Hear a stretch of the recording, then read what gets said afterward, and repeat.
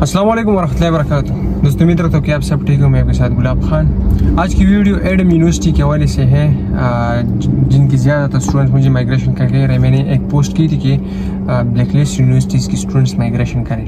इसमें मैं Adam university के हवाले से मैं आपको कुछ इन्फॉर्मेशन देना पसंद करूँगा। उन स्टूडेंट्स से तो मेरी रिक्वेस्ट है कि आप लोग एडम यूनिवर्सिटी के अगर हो तो आप माइग्रेशन का अभी ना सोचें, क्योंकि इससे पहले अगर आपको पता होगा आपकी यूनिवर्सिटी ए लिस्ट में थी। हालांकि पीएमडीसी ने खुद कहा था कि इस मेडिकल कॉलेज में आप लोग एडमिशन करें।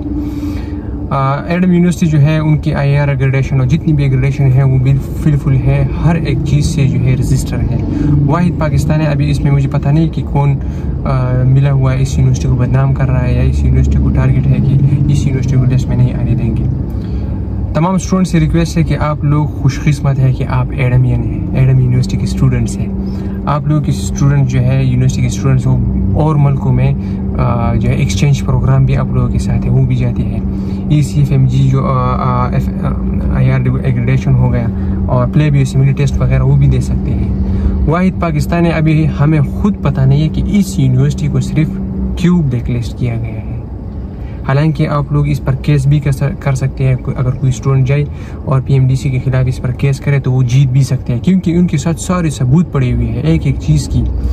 एडम यूनिवर्सिटी के स्टूडेंट्स को ये रिक्वेस्ट है कि आप लोग थोड़ा सब्र करें। अगर फ़र्ज़ कर आप ए लिस्ट यूनिवर्सिटी, ये तो ए लिस्ट थी ना, आप लोग जब आ रहे थे तो उस वक्त ये यूनिवर्सिटी ए लिस्ट थी।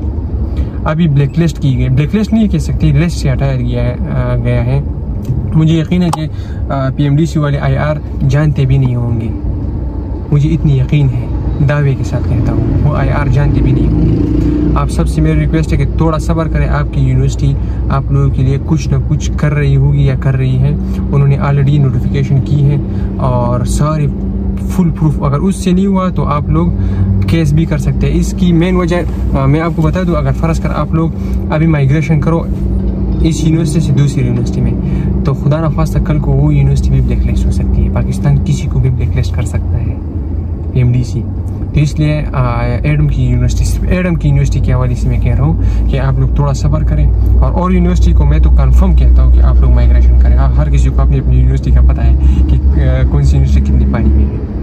और यूनिवर्सिटी वालों से मैं कंफर्म कहता हूँ, अगर आप लोगों की यूनिवर्सिटी IR ग्रेडेशन वगैरह ये नहीं है तो आप लोग कंफर्म माइग्रेशन करें। एडम यूनिवर्सिटी सिर्फ ये कह रहा हूँ कि वो यूनिवर्सिटी पहले ए लिस्ट में थी। PMDC ने खुद कहा था कि इसी यूनिवर्सिटी में माइग्रेशन करो। अब जब बच्चों ने माइग्रेशन की तो उन्होंने लिस्ट से हटा दी। कल को और यूनिवर्सिटी भी वो लिस्ट से हटा सकती है। इसलिए एडम यूनिवर्सिटी के स्टूडेंट्स में कह रहा हूँ, बार बार कह रहा हूँ कि अभी माइग्रेशन का ना सोचें आप लोग। नुकसान आप ही का होगा, लाखों रुपये खर्च करके आप ही। अभी जो मैं कह रहा हूँ कि माइग्रेशन ना करो, आप लोग केस जीत सकते हो। इसलिए मैं कह रहा हूँ कि आप लोग माइग्रेशन का ना सोचें।